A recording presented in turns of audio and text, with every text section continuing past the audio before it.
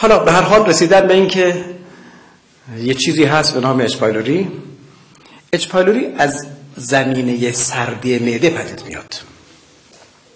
هرگاه معده سرد باشه درش باکتری ها رشد میکنن. اگر گرمی معتدل باشه پدید نمیاد. پس یک معده‌ای که به اندازه کافی بلغم و صفرا درش وجود داشته باشه این مواد درش رشد نمیکنه. که در شما اگر که یک هفته تعطیل باشه خونتون مسافرت باشید وقتی برگردید ببین که آب مونده کف دستشویی چیز گرفته پشه در آورده. میزان سردی اینه. سردی است که موجب رویش اینجا میشه. توی طب سنتی داریم میگه موجودات عفنه در رطوبت‌های سرد پدید میان.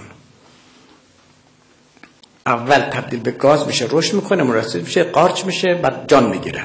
البته این اچ پایلوری معنیش جان گرفتن نیست، ولی خب به هر حال اگر بخواهید پدید نیاد باید صفرای معدتون در حد تعادل نگه دارید. اگر پدید آمد نسخه درمانش همون بارهنگ و نعناست.